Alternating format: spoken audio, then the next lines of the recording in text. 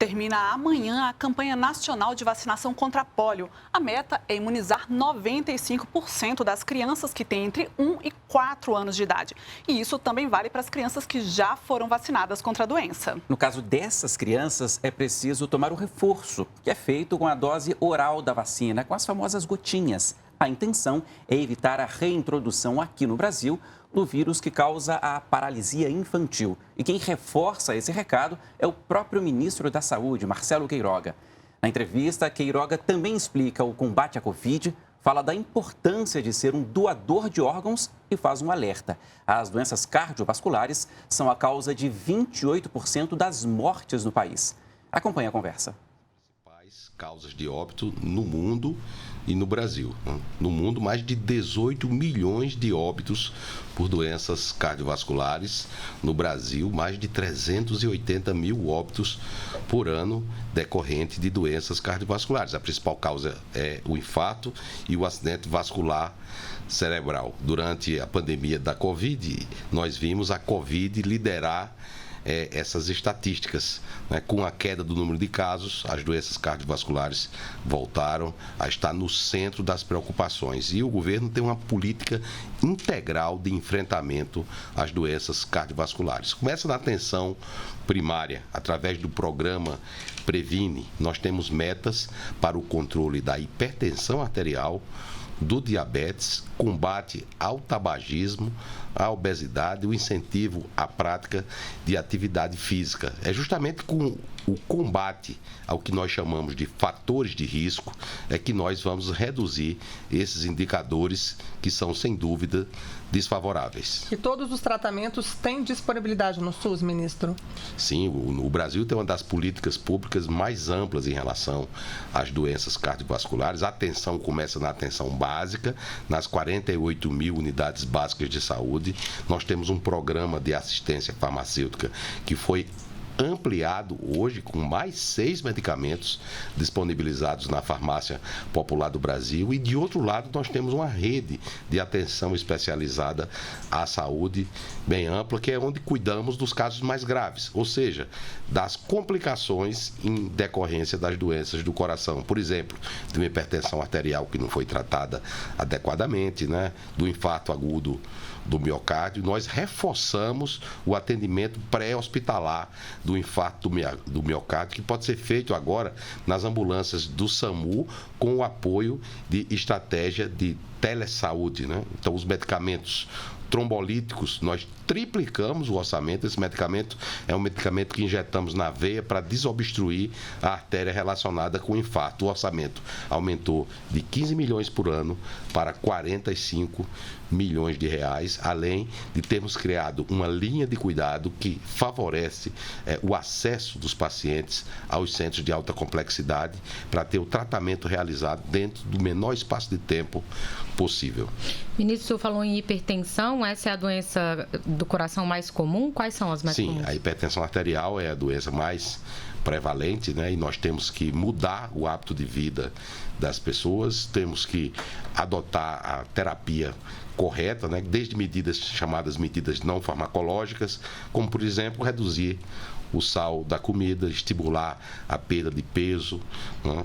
Não fumar. Esses fatores de risco, eles são comuns a quase todas as doenças cardiovasculares. A metade dos hipertensos não sabem ser hipertensos.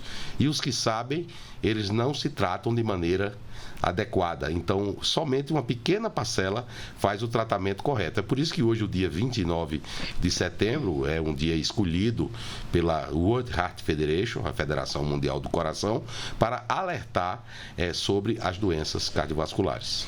Ministro, agora a gente vai falar de outro tema. Essa semana foi lançada a Campanha Nacional de Incentivo à Doação de Órgãos. Nós sabemos que o Brasil é o segundo país do mundo que mais realiza transplantes, mas ainda temos uma fila de 59 mil brasileiros à espera de um órgão. O que falta? Quais são os desafios para avançar aí e tentar diminuir essa fila? Nós temos desafios todos os dias na agenda da saúde. O Brasil tem também uma das maiores políticas públicas relacionadas a transplantes de órgãos. Há questões culturais culturais, aspectos religiosos, que às vezes retiram as pessoas de uma perspectiva de doação. Nós temos que contar com as famílias. A doação começa com a solidariedade, começa com um ato de amor, né? Então, todos aqueles que se dispõem a doar o órgão, o sistema de saúde tem que ser receptivo, né? Tem que haver um percentual menor de descarte desses órgãos doados, mais eficiência dentro da estrutura de transplantes no Brasil. É por isso que nós criamos um programa chamado Qualidote, que é um programa para premiar os centros transplantadores que entregam mais resultados. O órgão mais transplantado no Brasil é o rim, seguido do fígado, mas também temos um dos maiores programas de transplante de coração do mundo. Durante a pandemia, sobretudo no ano de 2020, houve uma queda na realização de procedimentos de transplante. Em 2021 já começou uma recuperação e agora em 2022 nós estamos recobrando esses transplantes, e agora com o programa Qualidote nós esperamos aumentar mais ainda. A política de transplante no Brasil começou em 1998, né? Ou seja, é uma política já antiga, mas por incrível que pareça, só agora é que se fez o primeiro ciclo de monitoramento de transplante de órgãos no Brasil, para sabermos o que acontece, o que é que dificulta o transplante no Brasil, quais são as entregas que os centros transplantadores estão fazendo. Curiosamente, o maior índice de rejeição de órgãos é no final de semana. Então tem que haver um trabalho junto com as equipes, para que as equipes se empenhem ao máximo para, inclusive, nos finais de semana, realizar transplantes de órgãos. Como assim maior índice de rejeição? No final de semana há um índice maior de rejeição. Muitas vezes as equipes elas têm menos disponibilidade para realizar o transplante nesse período do final de semana, e nós temos monitorado, que é justamente para diferenciar o joio do trigo, né? Começar a medir resultado. Entendi. Tem essa história de não estabelecer meta. Ministro... Nós estabelecemos meta, e metas têm que ser cumpridas. Quem não quer participar do programa de transplante do Brasil, por favor, dê lugar a um outro que quer participar. O senhor estava falando dessas dificuldades, né? E tem um dado do Ministério da Saúde que nos impressiona bastante, que 45% das famílias não concordam com a doação. A que o senhor atribui essa negativa? O que pode ser feito para convencer essas famílias a aderirem? Como eu falei, há problemas culturais, há problemas religiosos, e nós podemos fazer campanhas, né, para esclarecer as pessoas. Quando a lei foi aprovada, todos eram potenciais doadores. Posteriormente foi feita essa modificação. Na Europa, Portugal, Espanha, todos são doadores. É claro que os médicos não vão retirar um órgão se a família não concordar, mas aqui no Brasil nós só fazemos o transplante de familiares que concordam com a doação do órgão do seu ente querido. Ministro, a gente vai mudar novamente de assunto, porque essa semana também a gente comemora o Dia Nacional dos Surdos, que é uma condição que acomete mais de 2 milhões de brasileiros. Que apoio que essas pessoas encontram no SUS e quais os exames e tratamentos disponíveis? Começa já no pré-natal, né? Porque no pré-natal podemos incentivar campanhas de vacinação, por exemplo, a rubéola, né? Que é uma causa de surdez. Então, já no pré-natal, depois quando a criança nasce, né, o teste da orelhinha, né, o cuidado no período neonatal para identificar esses casos, e o Sistema Público de Saúde dispõe nos centros especializados de reabilitação de políticas públicas para atender essas crianças, até mesmo em relação a procedimentos de transplante coclear, né, de aparelhos auditivos. Então, tem uma política muito ampla. O sistema de saúde ele se caracteriza por essa abrangência e capilaridade. Claro que sempre nós queremos ampliar o acesso, e só ampliaremos acesso com efetividade de política pública. Estamos conversando com o ministro da Saúde, Marcelo Queiroga, e a gente tem muito assunto para tratar com o senhor, né, ministro?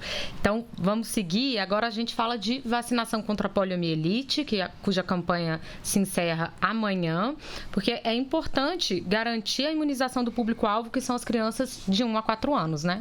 São 15 milhões de crianças no Brasil. A nossa campanha começou no dia 7 de agosto. Inicialmente, essa campanha se estenderia até o dia 9 de setembro. Nós ampliamos a campanha até o dia 30 de setembro, ou seja, pai, mãe, avós, levem seus filhos para a sala de vacinação, mas essas vacinas estão disponíveis o ano inteiro, independente de ter campanha ou não. A meta é vacinar 95% dessas 15 milhões de crianças. Nós vacinamos até hoje cerca de 6,2 milhões de crianças, se eu não me engano. Então ainda está muito aquém essa meta. E é necessário um empenho redobrado para trazermos essas crianças para a sala de vacinação. Essa doença ela foi erradicada no Brasil em 1994. O último caso, Gabriela, foi lá na nossa Paraíba, em 1989, na cidade de Souza, e nós não queremos mais poliomielite. E todos nós sabemos o que devemos fazer para não ter poliomielite mais no Brasil. Levar as crianças para a sala de vacinação. As vacinas estão disponíveis. É inaceitável que crianças, sobretudo crianças, sofram por doenças que são evitáveis por vacinas, e vacinas tão antigas como a vacina da poliomielite. O Brasil também pediu apoio de países membros da Organização Pan-Americana de Saúde, da OPAS, não é isso, ministro, para enfrentar o avanço da polio. Como é que seria esse esforço conjunto? Bom, esse problema da polio não é só do Brasil, né? Aliás, onde foram detectados casos foi Israel e Nova York. O vírus vacinal. Então, tem sido detectado o vírus em esgoto, etc. Né? Então, isso pode acontecer no nosso país. Então, eu estive na Assembleia Geral da Organização Pan-Americana de Saúde e propus a inserção na pauta de discussões da questão da vacinação contra a poliomielite. Esse assunto foi discutido na Organização Pan-Americana de Saúde e nós vamos fazer alertas, vamos trabalhar inclusive para verificar se há necessidade de se considerar em algumas regiões emergência que requeira determinadas políticas públicas mais efetivas no enfrentamento a esse tipo de situação. Ministro, vem havendo inclusive uma preocupação, não, né, com a queda nos índices de vacinação de maneira geral, assim, e a campanha está reforçando também, então, a importância de todos os menores de 15 anos estarem em dia com o cartão de vacinação, aproveitarem para ir aos postos colocar suas vacinas em dia. Quais doenças o senhor acha que há risco de reintrodução por conta de falhas na vacinação, e qual o recado que o senhor dá para os O sarampo foi reintroduzido em 2019 e temos trabalhado fortemente para erradicar o sarampo no Brasil. A febre amarela também é motivo de preocupação. Temos trabalhado, e aqui no Brasil a gente tem a Fiocruz, que produz as vacinas contra a febre amarela, podendo ajudar até o mundo. Então, isso é um esforço do mundo inteiro para que os complexos industriais da saúde, por exemplo, tenham capacidade de dar respostas mais rápidas com produção de vacina. Agora tem a questão da monkeypox, né? O Brasil adquiriu cerca de 50 mil doses de vacina. Essas vacinas elas já estão chegando ao Brasil para um determinado grupo específico de pessoas. A política de vacinação no Brasil é muito ampla. Vocês viram o que aconteceu com a Covid-19. Distribuímos mais de 535 milhões de doses de vacina. A população brasileira, 80% já recebeu o esquema vacinal primário. Mais de 135 milhões de doses já foram aplicados como primeiro reforço e como segundo reforço. Todo aquele brasileiro acima de 3 anos que quis receber a vacina da Covid-19,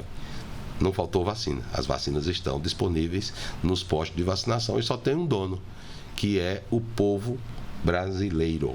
E o senhor atribui a isso, né, também a essa campanha de vacinação, a média móvel de mortes no país de Covid-19 está no menor patamar desde abril de 2020. Uma série de políticas públicas que foram postas em prática. A mais importante delas foi a política de vacinação, mas houve um reforço no sistema de saúde de uma maneira geral.